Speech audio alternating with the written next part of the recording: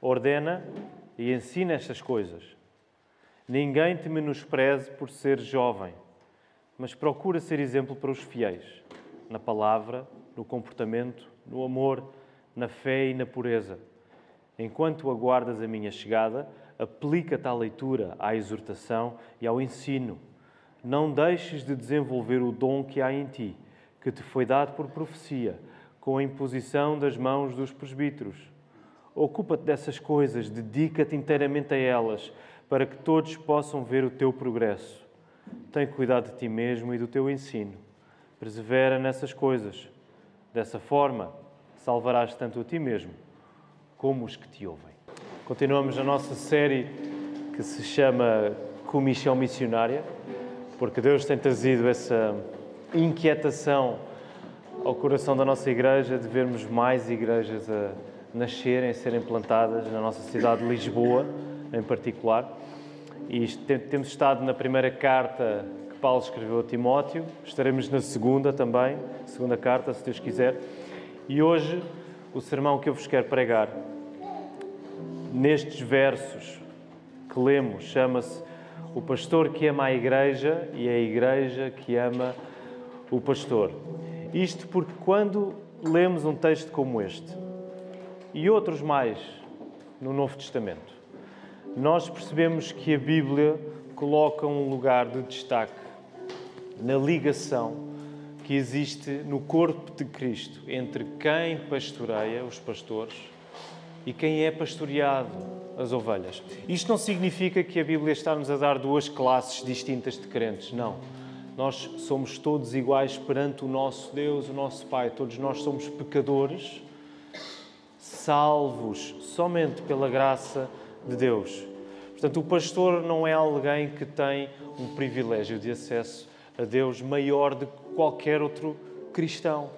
Todos nós temos acesso ao Pai através de Cristo. Mas também é verdade que a Bíblia, já vimos isto, por exemplo, no capítulo 3, a Bíblia dá responsabilidades particulares ao pastor. Porque foi assim o modo como Deus planeou que a sua igreja vivesse organizada. E esta ligação entre quem pastoreia e quem é pastoreado é uma ligação da mais alta ordem, da mais alta importância, da ordem da salvação. A nossa salvação, a nossa perseverança na fé está intimamente relacionada com a maneira como a Igreja vive esta ligação entre quem tem a responsabilidade e a vocação de pastorear a Igreja e entre quem é chamado a submeter-se a Deus, submetendo-se a esse pastoreio em cada igreja local.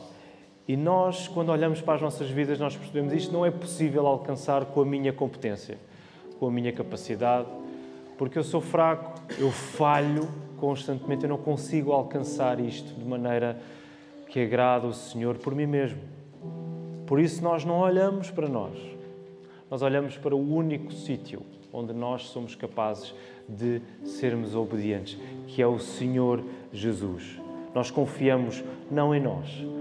Em último grau, nós não confiamos nos nossos pastores. Em último grau, nós confiamos em Cristo. E por causa de Cristo, nós confiamos nos nossos pastores também.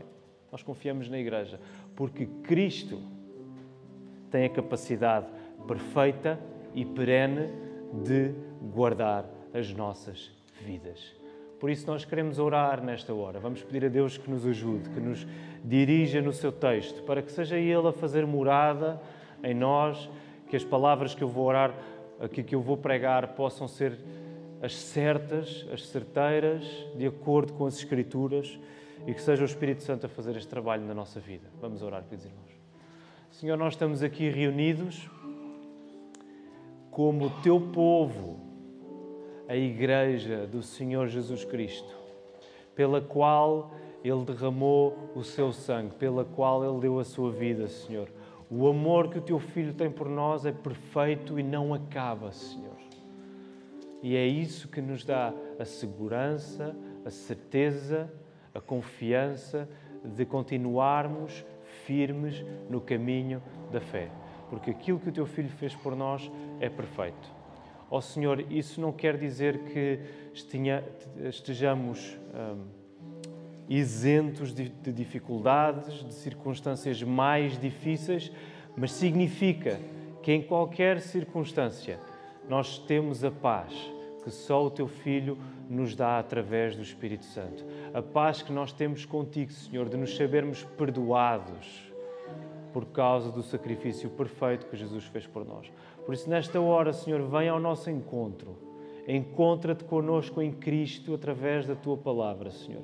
Que nós possamos dobrar os nossos joelhos diante da Tua presença, perante a mensagem do Evangelho, Senhor, que nos resgata e nos mantém na fé, Senhor. Sê com a Tua Igreja nesta hora. Ajuda-me, dá-me as palavras certas, Senhor, para que Tu sejas louvado e glorificado, para que o Teu povo seja edificado e encorajado nesta hora. É isto que queremos pedir e agradecer, para a Tua honra e a Tua glória somente, no nome de Jesus. Amém. Vamos a isso, queridos irmãos. Esta secção do texto começa lá no verso 11, com Paulo a dizer, Paulo a dizer a Timóteo, ordena e ensina essas coisas. Nós lembramos aqui algo parecido com o que Paulo já tinha dito lá atrás, no verso 6, quando, depois de Paulo ter instruído Timóteo acerca dos falsos ensinos que ameaçavam minar a Igreja, Paulo dizia lá no verso 6, ensinando essas coisas aos irmãos, serás bom ministro de Cristo. Paulo volta a repetir, ordena e ensina essas coisas. E este imperativo é transversal em toda a carta. Okay? Paulo está a dar comandos, imperativos, ordens a Timóteo para ele cumprir e para ele aplicar na Igreja. Não existe progresso na fé, não existe avanço na fé sem um compromisso sério dos pastores com a pregação e o ensino contínuo da palavra na Igreja. Nós não podemos viver a nossa vida ingenuamente a achar que se não houver um compromisso sério em cada igreja local com o ensino da palavra, com a pregação da palavra, que é dada prioritariamente aos pastores, nós não podemos achar que sem isso nós vamos estar numa posição de podermos continuar firmes na fé, de avançarmos, porque nós precisamos da palavra. É a palavra que nos trouxe das trevas para a luz, é a mesma palavra que nos mantém na luz, até nos momentos em que continuamos a desejar voltar para as trevas, em que continuamos a cair na tentação. Nós precisamos da mesma palavra, do mesmo Evangelho, que nos leva de volta a Cristo. E o sentido da frase de Paulo é forte e destaca uma ordem que deve ser dada, não apenas um conselho ou uma sugestão.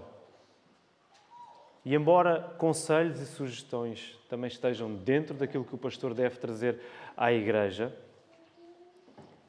o sentido do que o Paulo está a dizer é bem intenso. É uma ordem, ordena estas coisas ao povo de Deus. Os nossos ouvidos podem escutar estas palavras como abusivas e exageradas, porque geralmente nós gostamos mais de ser convencidos com palavras sugestivas, que nos trazem para um diálogo, que nos pedem a nossa opinião. Nós geralmente gostamos mais de ser convencidos assim, com palavras sugestivas, do que com palavras que exerçam autoridade sobre nós. Quando palavras tendem a exercer autoridade sobre nós, o que nós fazemos tendencialmente e naturalmente é fugir dessas palavras. Eu não estou aqui para que me deem ordens. Eu estou aqui para viver como eu quero viver. Isso mexe connosco. No entanto, a autoridade pastoral não é intrínseca ao pastor. Não há nenhum pastor que tenha nascido com uma autoridade natural nele para pastorear a Igreja. A autoridade pastoral deriva da autoridade da palavra na sua vida. É só na medida em que o pastor se submete ao texto das Escrituras da Bíblia, primeiramente na sua vida, que a Igreja pode e deve reconhecer a autoridade que ele tem para pastorear o povo de Deus. Porque ele não vai pastorear de acordo com as suas preferências ou opiniões. Ele vai pastorear de acordo com o que a palavra diz. Porque a palavra final na Igreja é a palavra de Deus, a nossa autoridade última é a palavra de Deus. O pastor tem autoridade na medida em que se submete à autoridade última, que é a Bíblia. Por isso, a primeira coisa que eu vos quero dizer e que vai ser projetado aqui à frente é que ser sugestivo onde a Bíblia é imperativa é colocar-me acima da palavra de Deus. Eu querer ser mais sugestivo, dando mais a minha opinião, onde a Bíblia é clara acerca de determinadas coisas, onde ela ordena, onde ela é imperativa, é uma maneira que eu tenho de me colocar acima da autoridade da palavra de Deus. E isto tanto é válido para nós pastores, como é válido para qualquer cristão na maneira como nós lidamos com o texto. Nós não podemos partir de um princípio em que temos a capacidade de tornar sugestivo aquilo que é imperativo na palavra. E o contrário também acontece. Muitas vezes queremos tornar imperativo aquilo que a Bíblia não torna clara, ok? Aquilo que a Bíblia até deixa espaço para haver alguma divergência santa. Mas não é esse o nosso intuito. Esse tipo de autoridade, que se reflete mais na perspectiva do pastor, que se reflete mais numa questão opinativa e não tanto no texto da palavra. É uma autoridade falseada que distorce a palavra de Deus e que, por causa disso, destrói a Igreja. Se é a palavra que nos dá vida, vida nova, não fazer uso da mesma palavra na vida da Igreja é levar a Igreja à sua destruição. Nós precisamos da palavra para nos sustentarmos na fé. A autoridade que vem do texto sagrado e que é ministrada fielmente pelos pastores é a autoridade que edifica e protege a Igreja. E eu creio que isto é difícil de nós dizermos hoje no nosso tempo, de ligarmos a autoridade como uma coisa que pode ter frutos tão bons para a nossa vida, porque geralmente os nossos ouvidos reagem mal à palavra autoridade. Geralmente aquilo que queremos acreditar e que tomamos para a nossa vida é que com a autoridade inevitavelmente vem sempre alguma coisa má à nossa vida. E é incrível que na palavra de Deus é exatamente o contrário. É na autoridade que de facto nós somos transformados, porque em último grau Deus tem autoridade na nossa vida. Deus tem autoridade na vida da Igreja. E Ele faz isso manifestado em cada igreja local, através da autoridade particular que cada pastor tem sobre o rebanho de Deus. Desde que, mais uma vez, a autoridade final seja sempre a palavra de Deus. E já notámos várias vezes que o que Paulo diz a Timóteo, ele diz também, a quem é que ele diz também? Aquilo que Paulo está a escrever a Timóteo, ele também está a escrever à Igreja. Então nós já vimos isso várias vezes e nunca é demais reforçar. Aquilo que Paulo diz a Timóteo, ele diz também à Igreja. Esta é uma carta pastoral, não é? As chamadas cartas pastorais, não é? As cartas que Paulo escreve a Timóteo, são duas, e a carta que Paulo escreve a Tito, chamadas cartas pastorais. Porque são dirigidas particularmente a um pastor, a um destinatário. Mas esta é uma carta que também é dirigida à Igreja. Timóteo não era pastor no vácuo. Timóteo não era pastor no vazio, ok? Timóteo era pastor no contexto da igreja local em Éfeso. Nesse sentido, é interessante que Paulo, quando ele diz que ninguém menospreze Timóteo pela sua juventude, lá no verso 12, ninguém te menospreze por seres jovem. Quando Paulo escreve estas coisas para Timóteo ler, Paulo está a colocar os ouvintes, toda a igreja em Éfeso, sintonizada com este aviso que ele está a dar a Paulo. Paulo sabe que esta carta vai ser lida na igreja e por isso ele não exclui os cristãos do peso destas palavras dirigidas particularmente a Timóteo. É como se Paulo estivesse a dizer indiretamente à igreja. Ele acabou de escrever a Timóteo: ninguém te menospreze por tu ser jovem. É como se ele estivesse a dizer à igreja: meus irmãos, igreja em Éfeso, não menosprezem o vosso pastor por ser jovem. O aviso não era só para Timóteo, o aviso também era para a igreja, que era pastoreada por aquele jovem pastor. Não menosprezem o vosso pastor. Se Timóteo tem de desejar e tem de trabalhar para ser tudo o que Paulo está a ordenar, Paulo está a dizer muita coisa: tu tens de fazer isto, tu tens de te aplicar, tu tens de ser este tipo de pastor.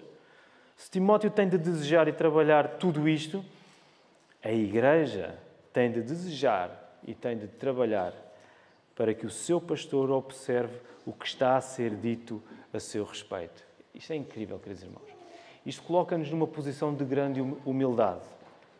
Pelo menos eu reconheço esse meu erro no passado, esse pecado de olhar para os pastores que me pastorearam antes, numa perspectiva puramente utilitarista, puramente consumista, de olhar para o pastor de braços cruzados e ver, vamos ver se ele faz as coisas bem feitas. É porque se não fizer, eu vou ser o primeiro a apontar. Eu vou ser o primeiro a dizer que este homem não é assim um pastor tão fiel. Isso é tão triste, porque a avaliação que devia ser primeira na minha vida estava virada para os outros. Portanto, a Igreja é chamada a desejar com tudo o que ela tem que os seus pastores sejam homens fiéis. Porque a Igreja vai ser o beneficiário direto disso.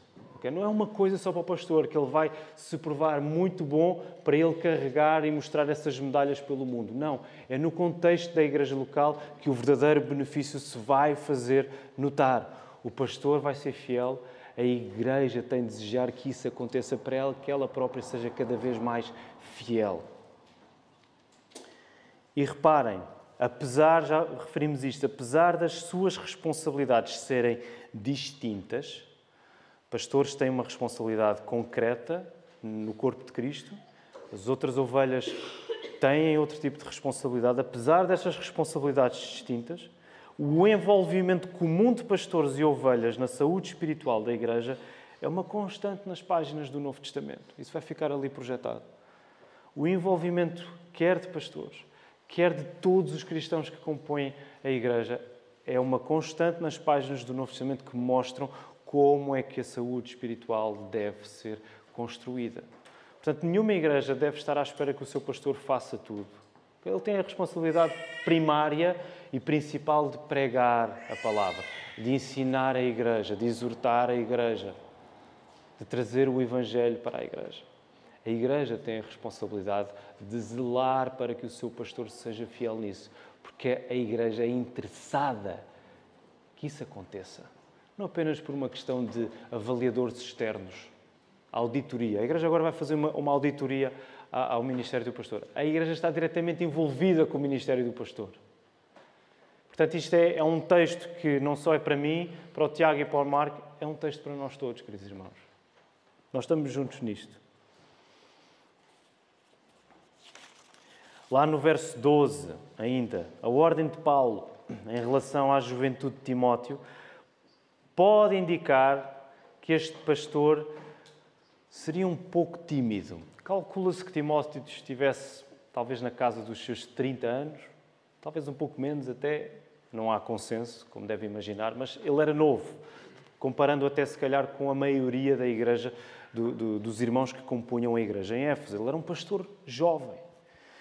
E esta ordem de Paulo, que está colocada na negativa, ninguém te menospreze por ser jovem, pode indicar que este pastor teria uma timidez ou um acanhamento natural que atrapalhava o seu ministério, ou que alguns na igreja em Éfeso não aceitaram a sua autoridade por ser ainda muito novo.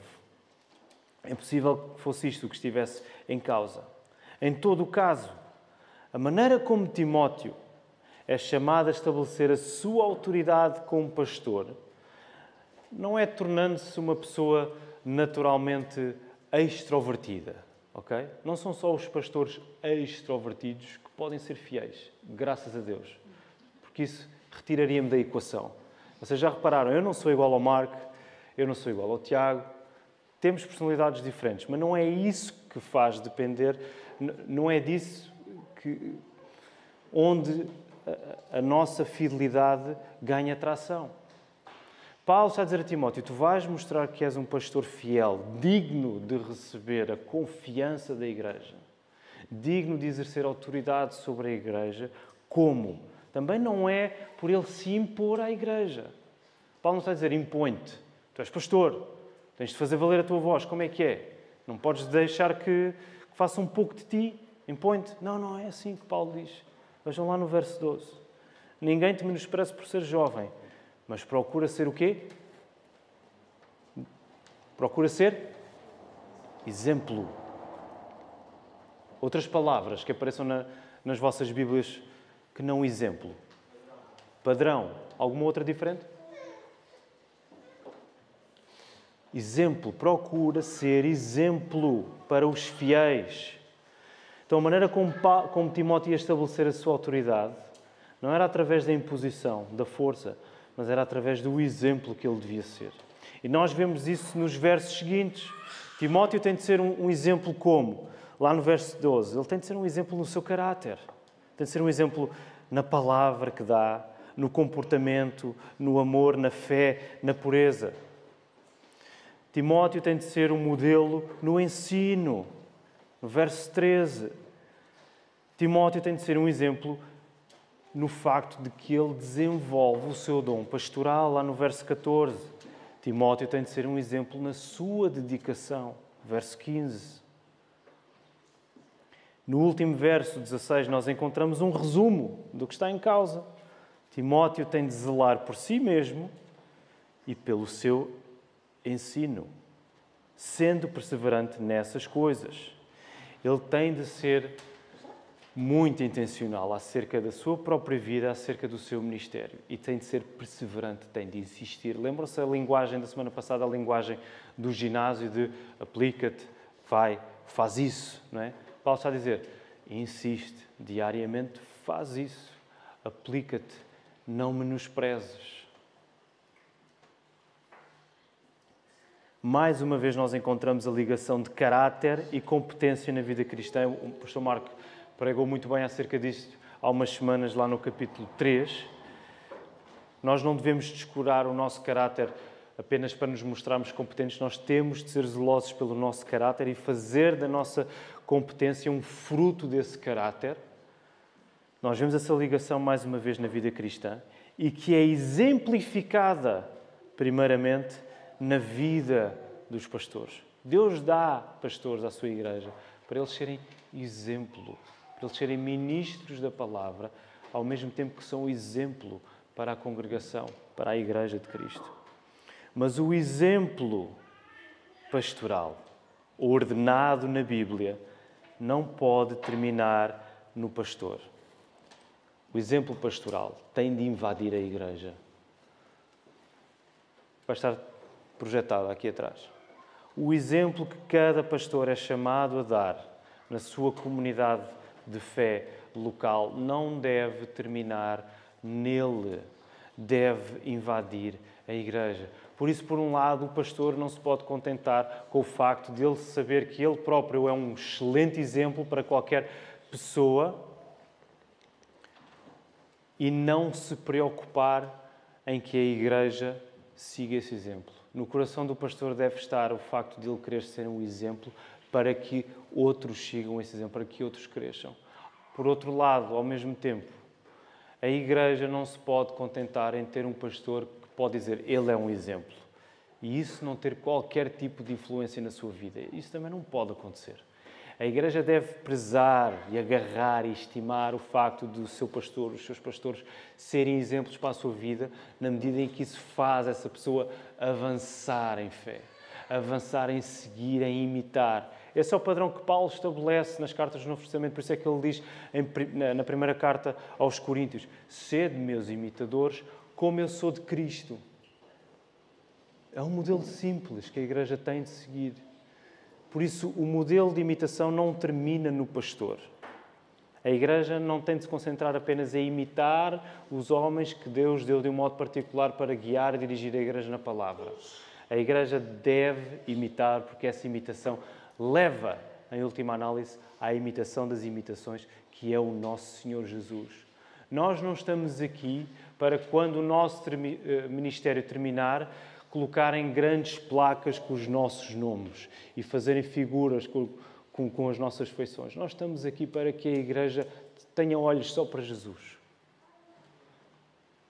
O papel do pastor não é sentir-se reconhecido nesse sentido de saber que tem essa aprovação da igreja. Se isso não redundar no amor desenvolvido e maior da Igreja por Jesus, então isso não serve para nada.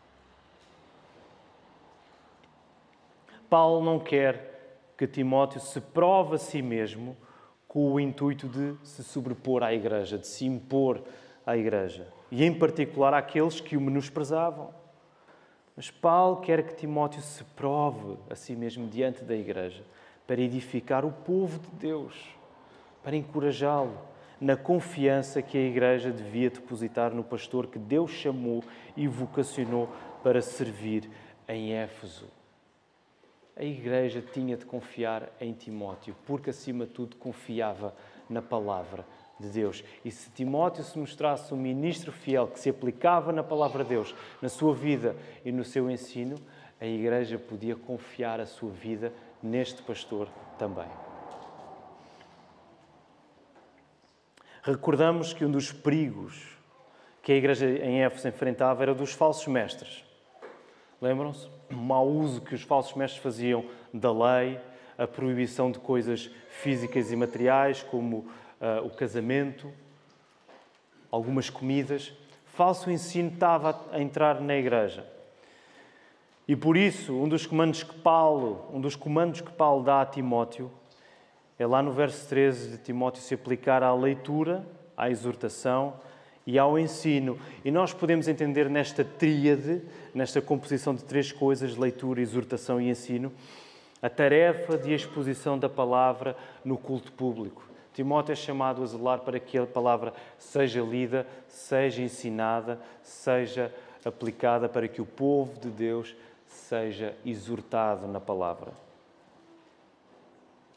A palavra no centro da vida da Igreja é a melhor arma para combater falsos ensinos e manter o povo de Deus ligado com a verdade que o salva e mantém na fé. Ao mesmo tempo, já no verso 14, é urgente que Timóteo não esmoreça. E Paulo volta outra vez a colocar as coisas pela negativa. Não deixes de desenvolver o dom que há em ti. É possível que também aqui Paulo queira alertar o jovem pastor para o perigo da timidez no exercício do seu dom pastoral. Timóteo provavelmente era um pastor tímido, acanhado. E Paulo não vê isso apenas como um traço de personalidade, mas Paulo diz, tem cuidado. Não deixes que isso defina o teu ministério. Tu não deves negligenciar o dom que tu recebeste de Deus, através da Igreja, para seres pastor. Tu deves desenvolver esse dom. Por isso, a pouca exigência e, no pior dos cenários, a negligência no ministério cristão são contradições da graça de Deus na vida da Igreja. E, mais uma vez, isto é aplicado à vida de Timóteo, como era aplicado à vida da Igreja em Éfeso. Isto é aplicado à vida dos pastores, é aplicado a toda a Igreja. A graça que nós recebemos de Cristo não foi uma graça negligente. Foi uma graça que foi alcançada com a entrega total de Jesus no nosso lugar. Quando nós nos começamos a dar à preguiça, à negligência, ao pouco esforço, nós estamos a fazer pouco da graça que nos resgatou. Quando pastores fazem isso, eles colocam em causa a saúde espiritual da Igreja. Quando a própria Igreja, sem ser apenas os pastores, se entrega a isso, ela coloca em causa a saúde espiritual da Igreja. Nós não podemos ser negligentes, é muito fácil sermos negligentes. É muito fácil nós hoje estarmos aqui a afirmar a graça de Deus na nossa vida, que Ele nos chamou, que Ele nos salvou e alegramos-nos por isso.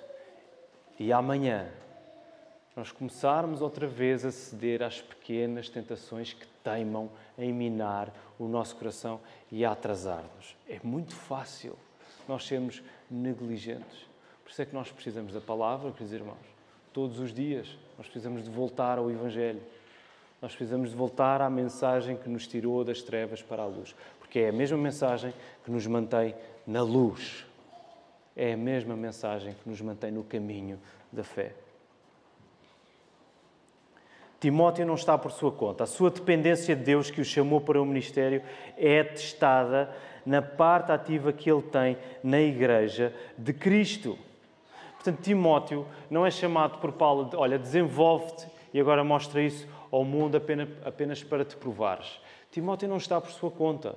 Ele sabe que o seu desenvolvimento, o seu progresso tem de ser visto aos olhos da sua própria igreja local para a edificação do corpo de Cristo. É claro que muitos de nós, a grande maioria dos pastores, não vão ser nenhum Tim Keller. Desta semana recordávamos o seu ministério extraordinário. Muitos de nós, a maioria de nós, não vai ser o próximo John Piper. Nenhum de nós, de certeza, vai ser o próximo Tiago Cavaco. Esta teve aqui a circular. Mas, queridos irmãos, o pastor não é chamado a fazer do seu ministério uma questão de sucesso e de reconhecimento. Esta semana ainda foi a Rita que me falou nisso. O pastor John Piper gravou um pequeno vídeo por conta do falecimento do pastor Tim Keller. Eles eram amigos e ele gravou dizendo que uma das coisas que eu acho que o pastor Tim Keller quereria que eu dissesse nesta hora aos jovens pastores, mas não apenas aos jovens pastores, a toda a igreja, é que a coisa mais importante acerca da vida de um pastor na sua igreja local não é o sucesso que ele tem. Não é como ele dizia quando os discípulos regressavam até Jesus depois de terem expulsado demónios e feitos muitos milagres e diziam: Senhor, nós estamos a curar doenças, os demónios estão-se a submeter a nós, muitos milagres estão a acontecer. E o que é que Jesus disse? Não vos regozijeis por causa dessas coisas, mas que a vossa alegria esteja no facto do vosso nome estar escrito nos céus. A coisa mais importante para uma igreja é que o desejo maior do seu pastor, a alegria maior do pastor, não seja o sucesso que lhe é reconhecido, mas seja que a maior alegria do pastor é que o seu nome está escrito nos céus, onde o verdadeiro reconhecimento interessa, para que o desejo da igreja seja igualmente o nosso nome está lá escrito também. Nesse sentido, o desenvolvimento constante do pastor é parte fundamental no desenvolvimento da própria igreja. E essa frase vai ficar aqui projetada. É pedido que o pastor se desenvolva constantemente na palavra, no estudo, na oração, não porque isso termina nele, mas porque ele tem uma tarefa a desempenhar. Ele tem um ministério para cumprir, ele tem uma chamada para responder, que é a edificação da igreja, é apresentar a igreja pura a Cristo. E isso é parte fundamental no desenvolvimento da própria igreja. Portanto, a igreja, mais uma vez, queridos irmãos, é a parte mais interessada em que os seus pastores sejam fiéis, sejam homens da palavra. E o verso 15, vamos avançar, vai intensificar a responsabilidade de Timóteo. O verso 15 oferece uma ideia quando Paulo diz: ocupa-te dessas coisas, dedica-te inteiramente a elas para que todos possam ver o teu progresso. Há uma ideia de submersão, de o pastor mergulhar bem fundo no que a palavra ordena para a sua vida e para o seu ministério, para que todos possam ver o seu progresso. E vocês podem perguntar agora: mas Filipe, mas tu acabaste de dizer que o pastor não deve ser fiel para ser reconhecido pelos outros, e agora o apóstolo Paulo está a dizer, lá no verso 15, para ele se dedicar, ocupar-se dessas coisas, para que todos possam ver o seu progresso. Como é que nós resolvemos isto? Há um teólogo, Robert Yarbrough, acho que é assim que se diz. Escapa. Robert Yarbrough, a comentar este verso, ele diz que há semelhanças no que Paulo está a dizer aqui a Timóteo com o que Jesus diz em Mateus 5,16, no Sermão do Monte. Jesus diz assim: assim resplandeça a vossa luz diante dos homens, para que vejam as vossas boas obras e glorifiquem vosso Pai que está no céu. Conseguiram perceber a semelhança do ver, do observar aquilo que está a acontecer? No caso de Jesus, ele está a falar para os discípulos, em primeiro lugar, para que vejam as vossas boas obras. E Paulo está a falar a Timóteo, para que eles reconheçam o teu progresso. Do mesmo modo que as boas obras mostram a fé do cristão e contribuem para que outros sejam atraídos para Deus, não são as nossas obras que vão salvar os perdidos, mas Deus usa na sua misericórdia as coisas boas que nós fazemos com fé para atrair outros mais à fé e ao conhecimento de Cristo. Do mesmo modo que isso acontece, o progresso do pastor, e aqui atenção, o progresso, não a sua perfeição, o progresso deve ser visto não para a sua glória, mas para a glória de Deus e para o encorajamento da Igreja. E por isso nós podemos resumir a ideia fundamental do que Paulo está a dizer a Timóteo do seguinte modo. Vai estar projetado. Os pastores devem trabalhar para ser um exemplo de fé. Exemplo de fé esse que guia a Igreja na tarefa de seguir Jesus. Este exemplo de fé que os pastores devem ser também não acontece do nada. Acontece porque eles mergulham nas Escrituras. A palavra é a coisa mais importante para a nossa vida. E por causa disso, os pastores têm a capacidade, através do Espírito Santo, de serem exemplos para a comunidade de fé, para a Igreja, que guia a Igreja para seguir Jesus. De um modo muito simples, é isto que está em causa quando nós falamos de discipulado, de esforçarmos-nos para seguir Jesus e, nesse processo, ajudarmos outros à nossa volta a seguir Jesus. Esta é a maneira como, por exemplo, o pastor Jonas Madureira explica isso no seu livro O Custo do Discipulado. Alguns de nós já o leram. Mas tu entregas-te à tarefa como discípulo que és de seguir Jesus e vais ajudar outros, através desse teu esforço de seguir Jesus, vais ajudar os outros a seguir Jesus também. Ora, aos pastores é dada a responsabilidade primária de serem esse exemplo. Homens da palavra que seguem Jesus acima de todas as outras coisas, para que a Igreja seja guiada por esse modelo para seguir Jesus. E o objetivo de tudo o que Paulo está a comandar a Timóteo, como começou este sermão, está dentro do plano maior de salvação de Deus para o seu povo. Vamos voltar a colocar os nossos olhos no verso 16. Paulo termina esta secção dizendo: tem cuidado de ti mesmo e do teu ensino. Persevera nessas coisas. Dessa forma, salvarás tanto a ti mesmo como os que te ouvem. É incrível. Dessa forma, tu salvarás tanto a ti mesmo como a Igreja que te ouve, que é pastoreada por ti. A fidelidade de Timóteo como pastor da Igreja é parte ativa no plano de Deus manter o seu povo na salvação de Cristo. A tarefa é da maior importância porque o que está em causa é a salvação da Igreja. E aqui nós sabemos, ok? Paulo não está a qualificar a salvação, que ele tão bem explica ao longo das suas cartas. Paulo não está a dar uma outra versão da salvação somente pela graça, somente em Cristo, somente pela fé. Okay? Isso está assegurado. Não se pode mexer nisso. Nós só somos salvos por causa do que Cristo fez por nós. Paulo não está a qualificar a salvação pela fé, dizendo agora que a Igreja é salva pela competência do pastor. Mal seria de nós, esta manhã, se as nossas vidas estivessem dependentes do meu pastoreio, do pastoreio do Marco, do pastoreio do Tiago. As nossas vidas, graças a Deus, estão dependentes unicamente da perfeição de Cristo. Mas Paulo está a dizer que a perseverança, a insistência, ir ao ginásio todos os dias, ao ginásio da fé todos os dias, é a prova de que fomos salvos por Cristo. Por isso é que muitas vezes é um erro, também na minha vida, muitas vezes eu debatia-me com isto, de assegurarmos que a nossa salvação é firme e é sólida por termos a certeza que a decisão que nós tomamos lá atrás, quando éramos crianças ou adolescentes ou jovens, foi uma decisão verdadeira ou consciente, que de facto nós decidimos seguir Cristo. É claro que isso está implícito quando Deus nos salva. Mas a melhor maneira que nós temos, a maneira bíblica de nós atestarmos que de facto somos salvos pela graça, de que estamos unidos a Cristo, é de que temos percorrido um caminho de perseverança. Isso quer dizer perfeição? Não.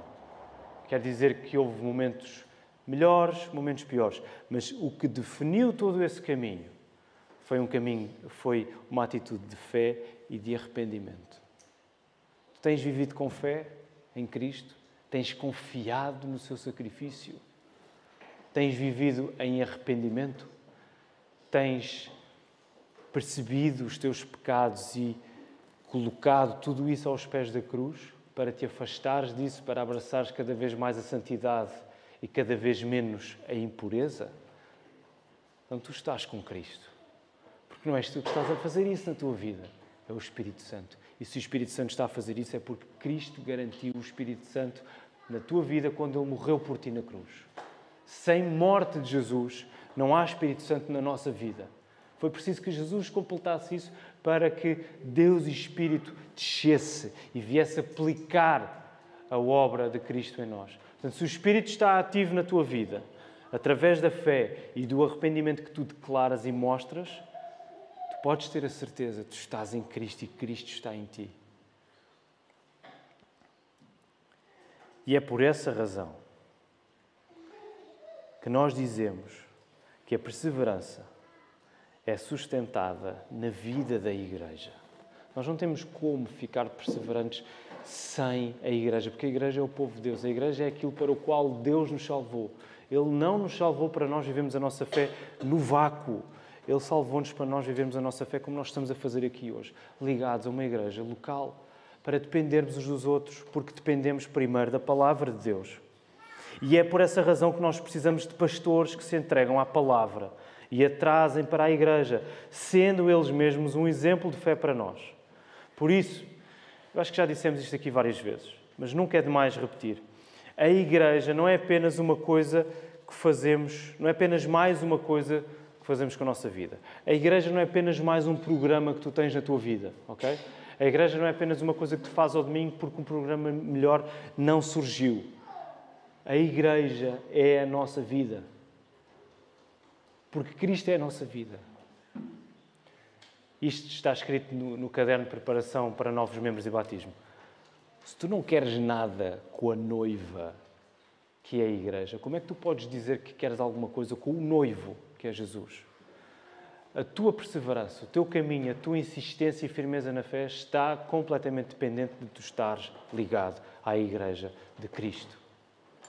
Porque é aí que o Senhor, de uma maneira particular e intencional, ministra a sua palavra para o seu povo, através dos servos que Ele chama para serem ministros da palavra.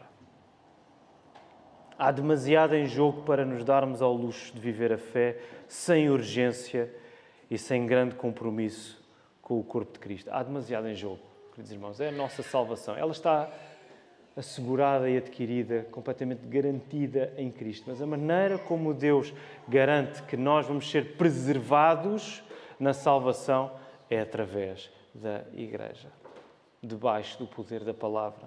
Há demasiado em jogo para nos darmos ao luxo de viver a fé sem urgência e sem grande compromisso com o corpo de Cristo. E para terminar, queridos irmãos, este sermão, mais uma vez, não é para pastores apenas, apesar de uma grande responsabilidade ser colocada sobre eles nestas palavras de Paulo.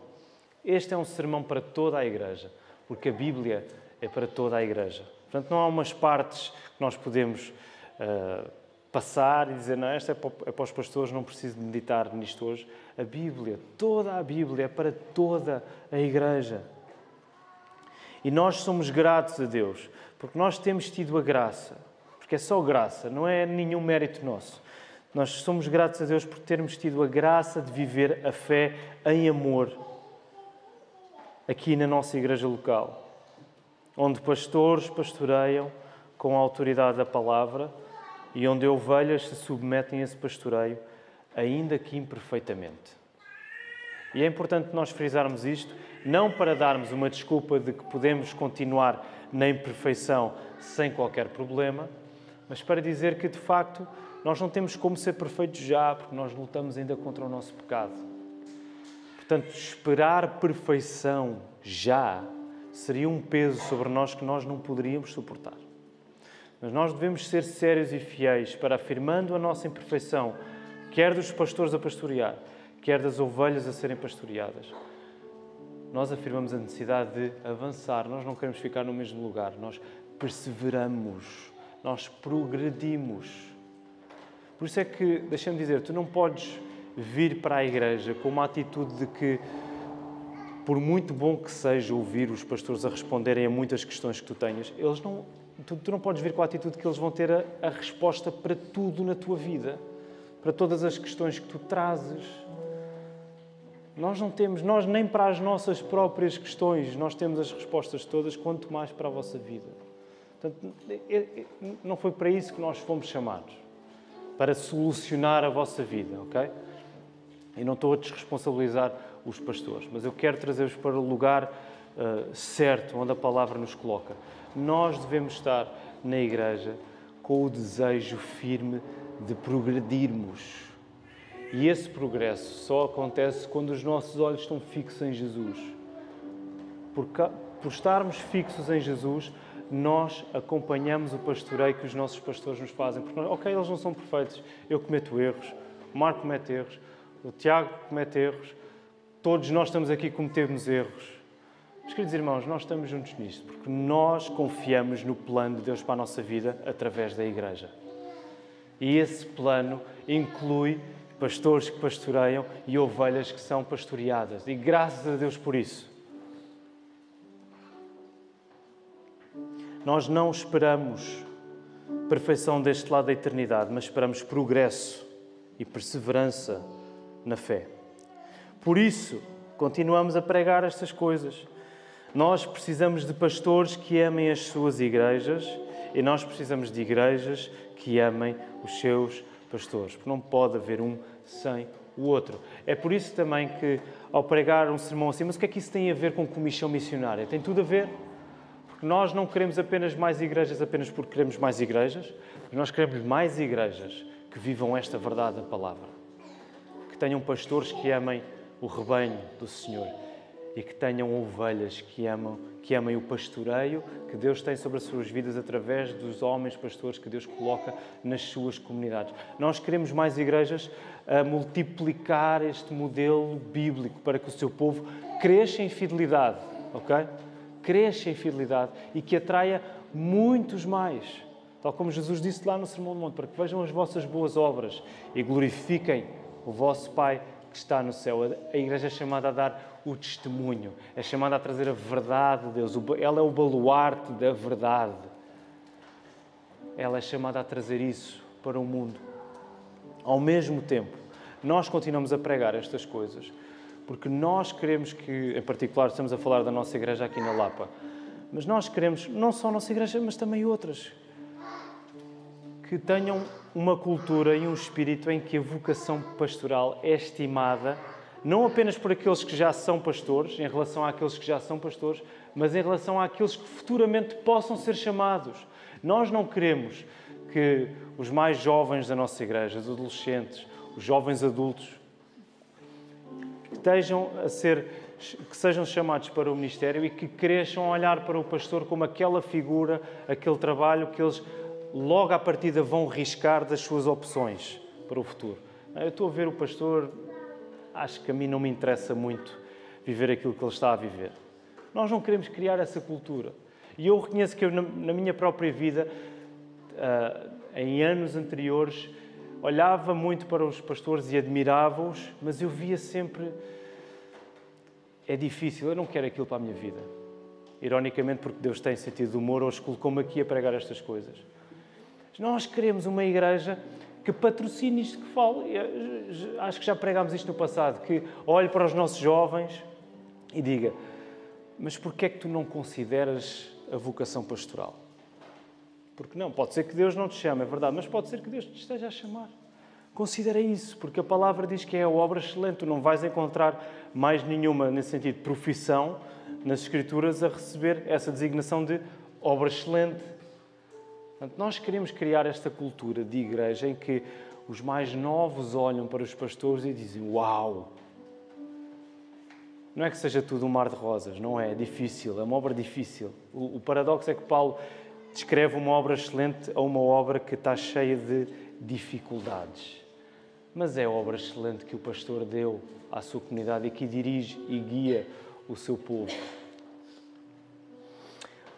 O amor que Deus derramou sobre nós em Cristo Jesus e que ansiamos viver perfeitamente nos novos céus e na nova terra é o que experimentamos já aqui na vida da Igreja.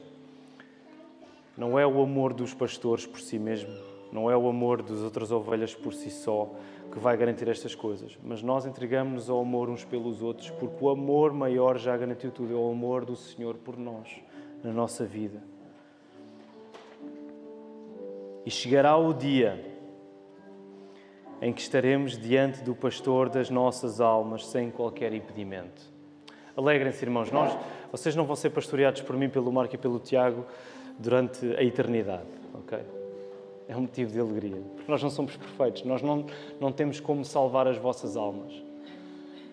Nós estaremos um dia todos, pastores, ovelhas, diáconos, músicos, professores de EBD, todos os cristãos, nós estaremos diante do pastor das nossas almas.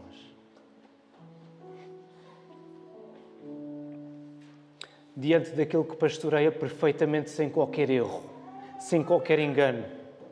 E do pastor que deu a vida. Eu não tenho o poder de dar a minha vida por vocês. O meu sangue não faria nada pela vossa alma. Mas o sangue de Cristo faz tudo. Ele limpa o nosso pecado e coloca-nos ao lado do Pai, perto dele, em comunhão com Ele, unidos a Cristo. Chegará o dia em que estaremos diante do pastor das nossas almas sem qualquer impedimento, louvando pelo seu amor perfeito, para que na cruz, o seu amor perfeito, que na cruz garantiu a nossa fé e a nossa perseverança. Nós entregamos-nos à perseverança, à insistência, à lógica do ginásio, porque isso já foi garantido para nós. Nós não temos como explicar isto melhor, eu pelo menos não tenho, mas nós avançamos porque a nossa firmeza foi conquistada por Cristo. Portanto, sempre que nós avançamos e sempre que somos um pouco mais firmes, nós alegramos-nos e agradecemos porque, Senhor, foste Tu que conseguiste isto por mim, não fui eu. Foi a Tua graça, não fui eu. E a nossa luta pela fé não é em vão, porque lutamos juntos como irmãos e lutamos unidos àquele que já venceu, o Senhor Jesus. Que o Senhor nos abençoe. Vamos ficar em pé, vamos voltar a louvar cantando.